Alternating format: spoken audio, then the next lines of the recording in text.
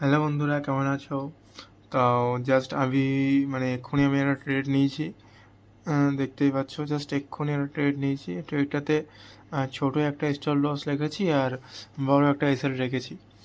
তো দেখা যাক কোনটা আমার টার্গেট পূরণ হয়।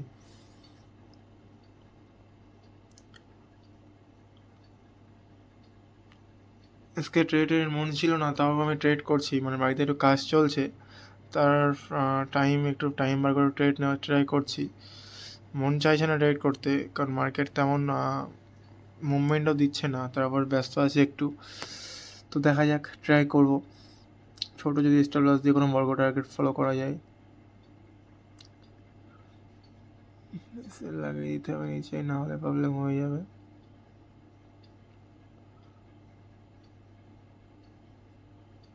চলো দেখা যাক ট্রেডে কতটা লাভ হয় না কতটা লস হয়।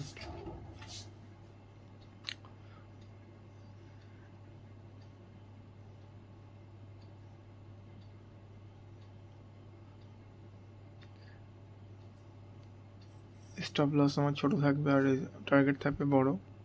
দেখা যাক কোনটা আগে এড়ায়। এসে লাগিয়ে দিলাম নিচে।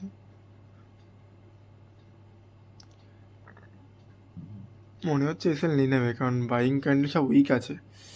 আমি তারপরেও একটা বাইং সাইডে নিয়েছি, মার্কেট ট্রেন্ড আছে। নিফটি ফিফটি লস হয়েছে মনে হচ্ছে, হ্যাঁ এসএল নিয়ে নিয়েছে।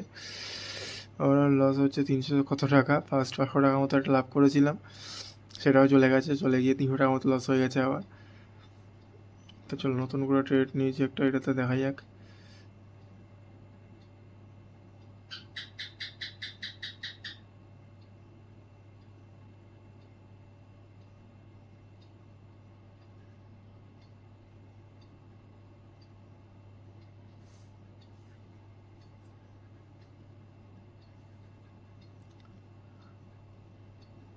এসএল লাগিয়েছি, এসএল নাই না, এটা তো টার্গেট দেবে কি এসএল নেমে, দেখা যাক।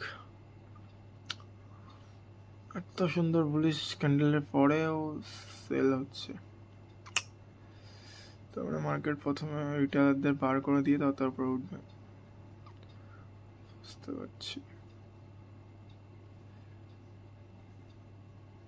9 EMI থেকে সাপোর্ট তো নিচ্ছে, দেখা যাক। এসএল, এটা তো এসএল গেছে। ওভারঅল লস দেখতেই পারলে।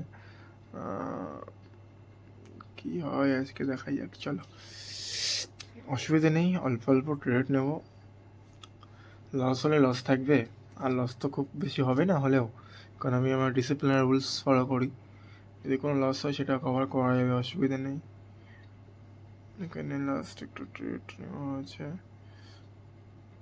চলো দেখা যাবে এই ট্রেডটাতে কী হয়।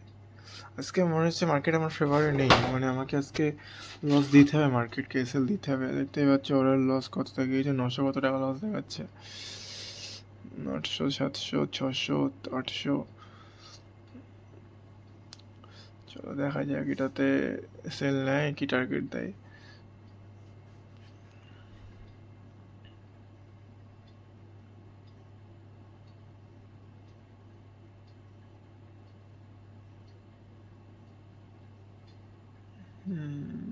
সেল নেই না মনে হচ্ছে না টার্গেট। 9 EMI থেকে তো বাইং ওখান থেকে সাপোর্ট নিচ্ছে, দেখা যাক। এসএল গেলে সামান্য একটু ছোটো স্টপ লস যাবে, আর টার্গেট থাকলে বড় টার্গেট নিতে পারবো। দেখা যাক কোনটা আগে হয়ে যায়। ওরাল 9,000 টাকার লস দেখাচ্ছে, দেখা যাক। চলো